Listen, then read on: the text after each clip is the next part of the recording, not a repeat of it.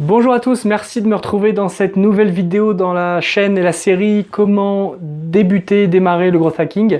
Donc je suis Alexis Dolé et aujourd'hui je vais vous parler de Product Market Fit, donc l'adéquation produit-marché. Mais avant ça, parce que le Product Market Fit, une façon de les mesurer, c'est d'utiliser des outils d'analytics, je vous invite à cliquer juste ici pour accéder à ma formation gratuite en 6 modules sur comment utiliser l'outil d'analytics Pixpanel, parce que ça va vous permettre clairement de comprendre ce que vos utilisateurs font de votre produit et ça va vous permettre de comprendre ce qui compose votre Product Market Fit. Donc je vous invite à cliquer juste ici pour accéder à cette vidéo. Ça mettra cette vidéo en pause, vous pourriez accéder et revenir à cette vidéo plus tard. Donc, le Product Market Fit, ou ce qu'on appellerait en français l'adéquation produit-marché, qu'est-ce que c'est?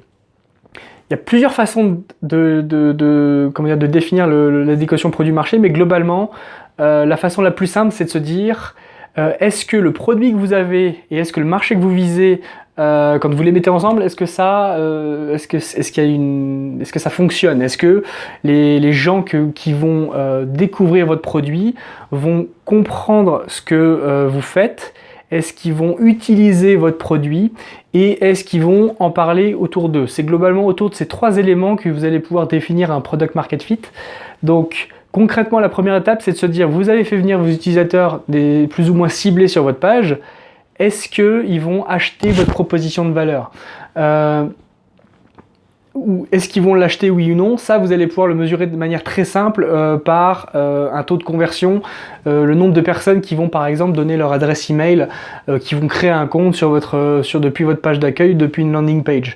Donc si vous avez 2% de personnes, vous avez fait venir vraiment des personnes ciblées sur votre site et que 2% des personnes cliquent ou s'inscrivent, etc., clairement, vous n'avez pas de Product Market Fit. En tout cas, si vous en avez, il y aura sûrement énormément de travail à faire sur la partie proposition de valeur parce que clairement, les gens ne comprennent pas ce que vous faites et s'ils comprennent, ça ne les intéresse pas. Donc, la première étape pour valider un Product Market Fit, c'est de s'assurer que les personnes achètent votre proposition de valeur. Ça, c'est la première étape. La deuxième étape, c'est de savoir si votre produit est suffisamment bon, parce que vous pouvez faire une landing page, finalement ça n'indique rien du produit qui suit. Si vous vendez quelque chose de merveilleux et que derrière le produit ne suit pas, ce qui va se passer, c'est que les utilisateurs vont essayer votre produit une fois, deux fois, et ils vont se rendre compte que ça ne correspond pas du tout à ce qu'ils attendaient, et ils vont arrêter de l'utiliser. Donc la deuxième étape du Product Market Fit, ça va être de voir s'il y a une rétention autour de votre produit. Alors, ça va forcément dépendre du type de produit que vous vendez, parce que si vous vendez quelque chose qui est one shot, bon, il n'y a pas vraiment d'histoire de rétention, donc dans ce cas-là, ça ne s'applique pas. Mais dans la majorité des cas, dans la plupart des business qui fonctionnent bien, il y a une notion de rétention, il y a une notion de j'utilise un produit aujourd'hui, mais je l'utiliserai le mois prochain, la semaine prochaine, demain. Enfin, il y a vraiment une question de je reviens régulièrement à utiliser le produit parce que la plupart des produits qu'on utilise au quotidien, on les utilise de manière assez régulière. Donc ça, c'est le deuxième élément dans le Product Market Fit. Et le troisième élément, ça va être, est-ce que les gens parlent de vous? Alors, encore une fois, il y a encore quelques exceptions. Si vous vendez, un produit dont les gens n'ont pas vraiment envie d'en entendre parler parce que c'est un peu gênant, etc. Je sais pas, moi, les couches pour adultes, clairement, il y a peu de chances que... il y a clairement peu de chances que les gens aillent parler de ça à leurs amis en disant vous devriez l'essayer, c'est génial. Mais de manière générale, quand vous avez essayé un produit, que ça vous a plu, il y a de grandes chances que vous en parliez aux personnes que vous connaissez ou qui sont confrontées aux mêmes problématiques que vous, hein, que ce soit dans le domaine personnel ou professionnel. Si quelque chose vous plaît, vous en parlez. Donc, le troisième élément, ça va être finalement, vous aurez un Product Market Fit si les gens parlent de vous à l'extérieur et en parlent à d'autres personnes, parfois spontanément, parfois simplement par système d'incentive. Donc vous allez inciter les gens à parler de votre produit à d'autres personnes pour qu'ils bénéficient d'autres bénéfices, d'autres fonctionnalités ou plus de fonctionnalités, plus de ce que vous proposez pour le même prix ou pour moins cher, etc.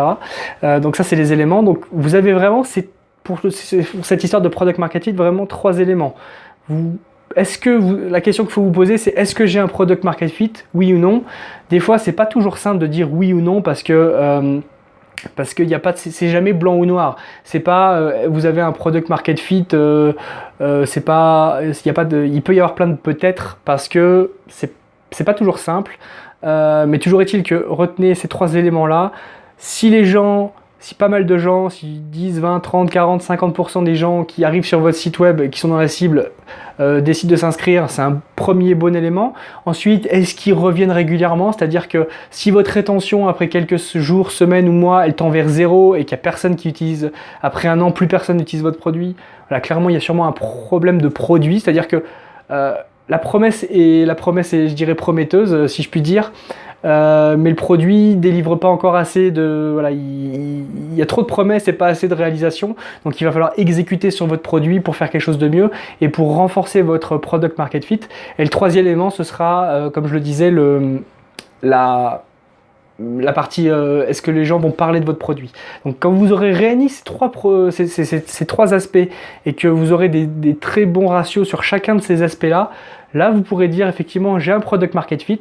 Alors certaines personnes vous diront le product market fit c'est simple, certains vous diront c'est success is obvious. C'est pas si simple que ça, effectivement. Vous pouvez dire une société comme une société qui du jour au, enfin pas du jour au lendemain, mais en quelques semaines passe de 0 à 200 ou 300 000 utilisateurs. Il y a une forme de product market fit probablement, effectivement. Mais de manière générale, la plupart des produits, c'est pas aussi binaire, c'est pas aussi immédiat. Et il y a toute une phase de transition, etc. Mais clairement, si vous avez personne ne veut acheter votre produit ou les personnes utilisent votre produit mais elles ne finissent par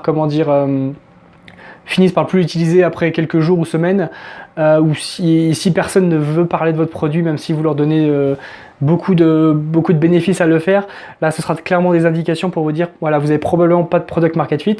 Les différentes étapes ne sont pas forcément aussi graves les unes des autres, c'est-à-dire que si votre proposition de valeur au tout début, quand les gens arrivent sur votre site, personne ne veut s'inscrire, soit c'est mal expliqué, soit clairement ce que vous proposez ne correspond pas à la cible de personnes qui sont venues sur votre site ou éventuellement n'intéresse personne. Dans ce cas-là, c'est très grave. Si plein de gens s'inscrivent mais que votre produit ne délivre pas, finalement c'est presque une bonne nouvelle parce que vous savez qu'il y a un potentiel, vous savez qu'il y a quelque chose, mais vous savez qu'il faudra exécuter encore une fois sur le produit pour être certain que que vous fournissez la valeur que vous avez promise au début.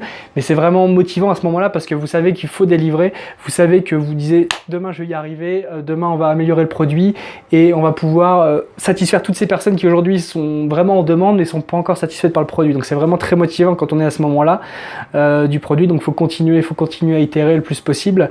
Et l'étape ultime, c'est-à-dire celle qui vous permettra de passer d'un beau succès à vraiment un succès incroyable, c'est quand les gens parleront de votre produit, ou en tout cas diffuseront la marque de votre produit, etc.